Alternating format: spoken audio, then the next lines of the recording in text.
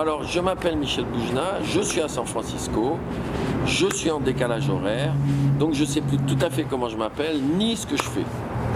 Je suis au lycée français et je vais jouer au théâtre du lycée français à San Francisco.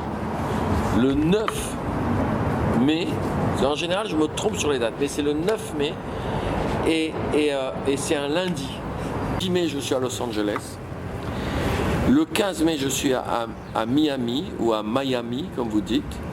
Et le 16, je suis dans la Pomme, à New York. Voilà. Et si j'y arrive à faire tout ça, parce que ça va être compliqué.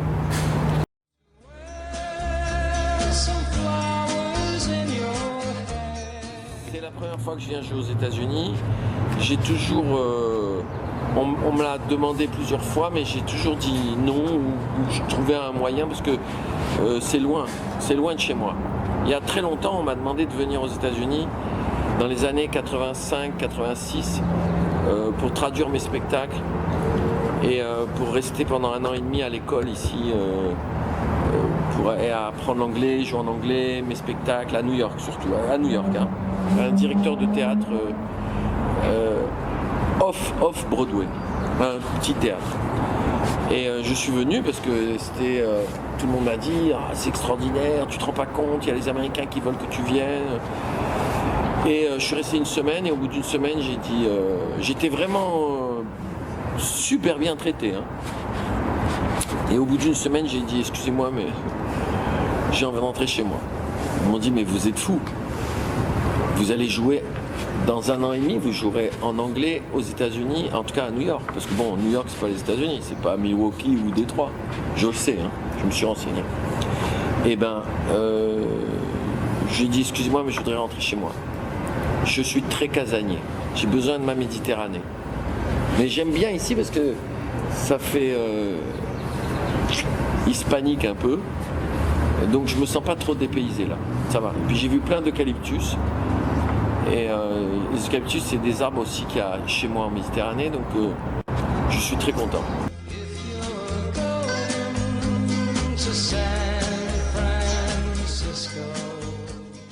Ah non, parce que d'après mes renseignements, d'abord je joue devant des gens qui parlent français. Je joue au lycée français, le 9 mai, au cas où, parce qu'ils m'ont frappé, parce que je me suis trompé. Non, mais même si je jouais devant des Américains d'Amérique, je ne changerais pas. Alors, évidemment, j'improvise, moi. Je ne sais absolument pas ce que je vais improviser, puisque j'improvise. Si j'improvisais maintenant, je dirais le mec qui m'a dit qu'à San Francisco il faisait beau, qu'il retourne chez sa mère, je dirais. Voilà, celui-là, il peut retourner chez sa mère et étudier la météo parce qu'il a un problème. Moi, vous avez vu comment je suis habillé. J'ai l'impression d'être vraiment dans un pays où il fait froid. On m'a dit c'est la Californie, tout le monde est en Bermuda, c'est des conneries.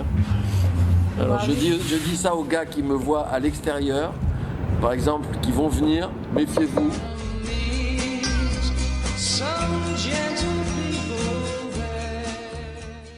Je pense qu'il y en a qui me connaissent un peu pour beaucoup dans le monde entier, on me connaît à cause de 3 hommes et un couffin, parce qu'ici ils ont fait un remake qui a très bien marché, machin, tout ça. Je sais pas, si j'étais un bon vendeur, j'aurais pas fait ce métier. J'aurais été vendeur, vous voyez. J'aurais vendu des canapés ou des saucisses ou n'importe quoi. Mais tout ce que je sais, c'est que je joue seul depuis très longtemps. C'est pas tout à fait un stand-up comme peut-être vous avez l'habitude ici. Je joue plus les personnages. J'improvise, c'est délirant. Ma vie rêvée, c'est un spectacle qui fait référence à mon passé, à mon enfance, mais aussi à quelque chose d'imaginaire, tout le temps. Moi, je parle de choses, de la vie en l'imaginant. Je raconte jamais la vraie vie. Je parle du sein des femmes, par exemple. Des seins, pas du sein, mais des seins. Les seins, c'est très important pour moi. Dans mon spectacle, ça s'appelle des nichons. C'est très important. Ou des sbènes, vous voyez. C'est très très important pour moi. Mais je parle de la mort aussi. Je parle de la démocratie, je parle de la Corée du Nord, je parle de plein de trucs. Je parle des beignets à l'huile, je parle de la pêche. C'est très important pour moi la pêche. Vous voyez, par exemple dans ma vie rêvée, c'est court, je suis trop long, je sais. De toute façon je parle beaucoup. Non, parce qu'elle fait la tête, la jeune femme qui pose des questions. Parce qu'en général quand on pose une question, 2 heures après j'ai pas fini de répondre.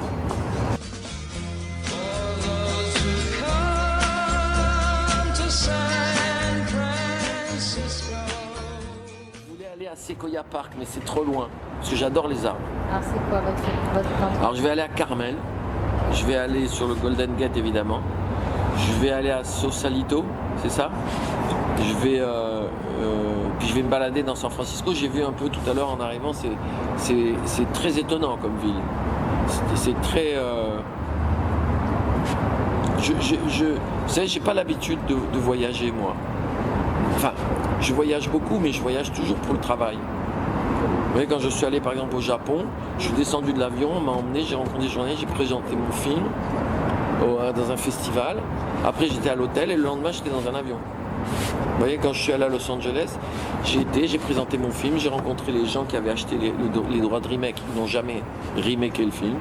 Remaker, c'est un verbe que j'ai inventé. Tu remake, je remake, nous remakons. Et donc voilà,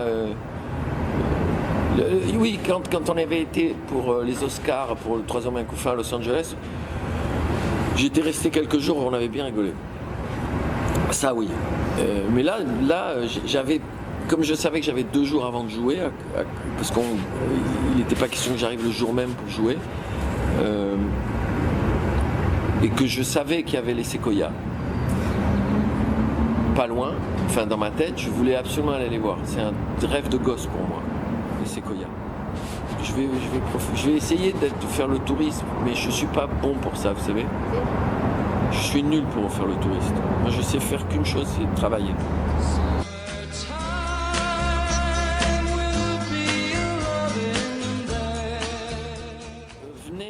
Venez me voir, que ce soit au théâtre du lycée français à San Francisco le 9 mai, ou le 10 à Los Angeles, ou le 15 à Miami, ou le 16 à New York. Vous pouvez aussi venir les 4 représentations que je donne aux États-Unis. Hein.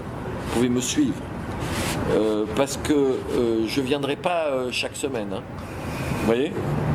Donc vous avez l'occasion là. Après, vous l'aurez plus l'occasion. Hein.